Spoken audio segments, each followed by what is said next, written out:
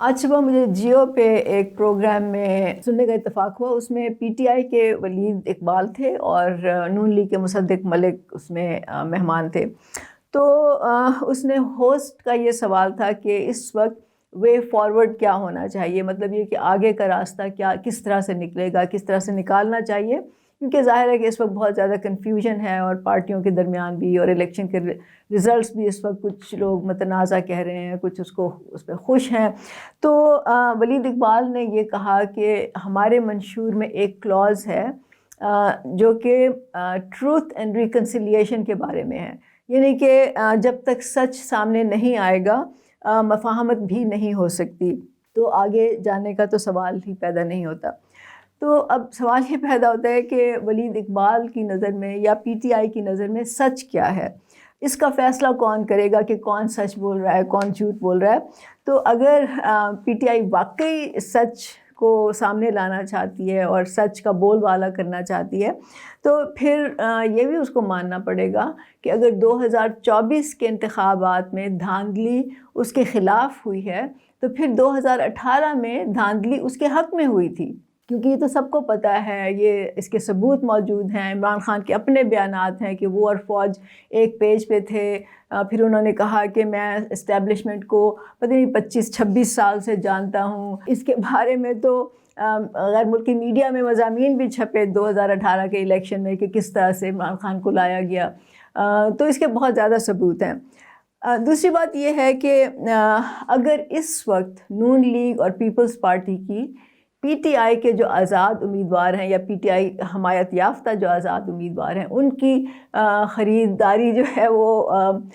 غیر اخلاقی ہے یا قابل قبول نہیں ہے ان کو، تو پھر 2018 میں جو جہانگیر ترین جہاز بھر بھر کے لا رہے تھے آزاد امیدواروں کے بنی گالا، تو پھر اس کو بھی غلط کہیں نا، اس کو مانے کہ وہ بھی غلط کام تھا ان کا.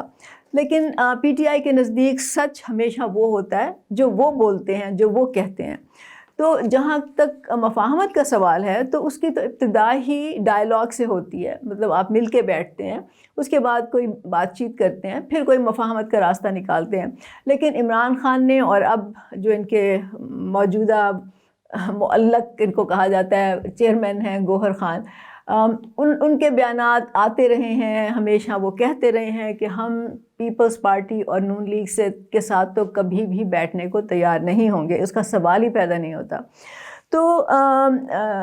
بات یہ ہے کہ یہ تو ان کا حق ہے، وہ پارٹی ہیں، ان کا حق ہے وہ جس کے ساتھ بیٹھیں جس کے ساتھ نہ بیٹھیں. لیکن پھر یہ کہنا کہ ہم مفاہمت کرنا چاہتے ہیں، یہ میرا خیال ہے کہ منافقت ہے اور دھوکہ بازی ہے لوگوں کے ساتھ، اس کا دعویٰ نہ کریں پھر آپ. تو ہم بار بار یہ کہتے ہیں کہ عمران خان کا واحد مقصد جو ہے وہ ملک میں سیاسی انتشار پیدا کرنا ہے. اب اس کا یقینی جو نتیجہ ہوگا وہ معاشی عدم استحکام کی صورت میں ہوگا، اور اس کا بھی آپ کو معلوم ہے، آپ کے سامنے نظر آ رہا ہے آپ کو کہ اس وقت جو سٹاک مارکیٹ ہے پاکستان کی وہ نیچے کی طرف جا رہی ہے. تو اس سے آپ کو اندازہ ہو جائے گا کہ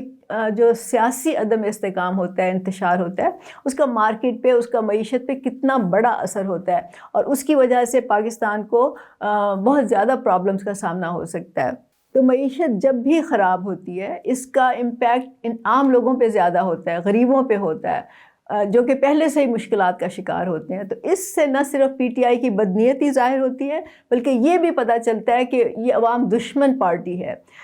اور ہم اس موقف پہ بالکل قائم ہیں کہ عمران خان ایک خود غرض انسان ہے جو اپنے اقتدار کے لیے کچھ بھی کرنے کو تیار ہے.